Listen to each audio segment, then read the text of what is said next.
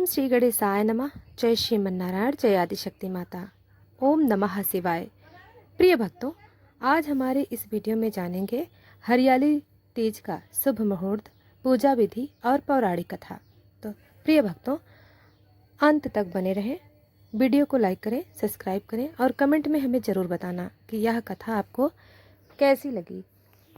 प्रिय भक्तजनों, पंचांग के अनुसार सावन शुक्ल तृतीया तिथि का आरंभ 26 जुलाई शनिवार रात 10:42 पर होगी और 27 जुलाई की रात 10:41 तक रहेगी। शास्त्रों के विधान के अनुसार उदया तिथि के अनुसार तीज का व्रत हरियाली 27 जुलाई रविवार के दिन रखा जाएगा। हरियाली तीज पर महिलाएं इन बातों का विशेष ख्याल रखें।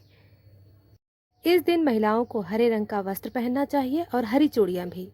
हरियाली तीज के दिन माता पार्वती को 16 श्रृंगार का सामान अर्पित करें और शादीशुदा महिलाएं खुद भी 16 श्रृंगार करें। जो भी महिलाएं व्रत कर रही हैं उन्हें भूल कर भी भोजन नहीं करना चाहिए। खाने पीने से व्रत अधूरा माना जाता है। प्रिय भक्तों, कथा को पूरा श्रवण करिए क्योंकि आधा अधूरा ज्ञान विष के समान होता है। तो आइए कथा को आरंभ करते हैं। बहुत समय पहले की बात है। सतयुग में पर्वतराज हिमालय की पुत्री देवी पार्वती ने भगवान शिव को पति रूप में पाने के लिए कठोर तपस्या की। यह तपस्या उन्होंने अनेक जन्मों तक जारी रखी। 108 जन्मों में कठोर ब्रह्मचर्य का पालन करते हुए व्रत, उपवास और ध्यान किया। जब 108वें जन्म में वे पार्वती के रूप में जन्मी, तभी उनके जीवन में पुनः शिव से मिलन की घड़ी निकट आई। बाल्यकाल से ही वे शिव जी को ही अपने हृदय में वास देती रहीं। माता मैना ने जब उनकी तपस्विनी वृत्ति देखी तो उन्हें चिंता व्यक्त की और कन्या को बहुत समझाया, किंतु पार्वती का संकल्प अडिग था। एक बार सावन मास के शुक्ल पक्ष की तृतीया तिथि आई।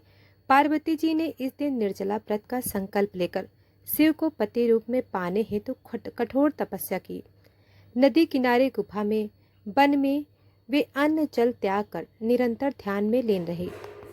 उन्होंने मिट्टी से शिवलिंग बनाकर उस पर बेलपत्र धतूरा चढ़ाया। पूरे दिन उपवास किया और रात भर जागरण कर शिव नाम का जप किया।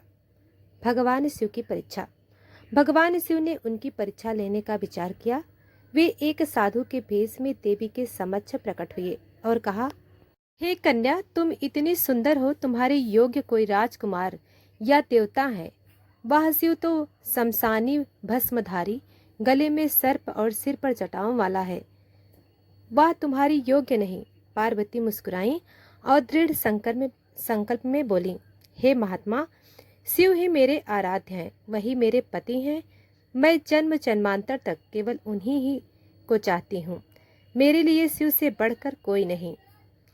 पार्वती के इस अटल प्रेम और तप को देखकर शिव जी अत्यंत प्रसन्न हुए और अपने वास्तविक रूप में प्रकट होकर बोले, हे पार्वती, तुम्हारा तप सफल हुआ। मैं तुम्हारे इस प्रेम, भक्ति और व्रत से संतुष्ट हूँ। आज से तुम मेरी अर्धांगिनी हो। सावन की शुक्ल तृतीया के पावन दिन शिव और पार्वती का विवाह संपन्न हुआ। तभी से हरियाली तीज व्रत का आरंभ हुआ।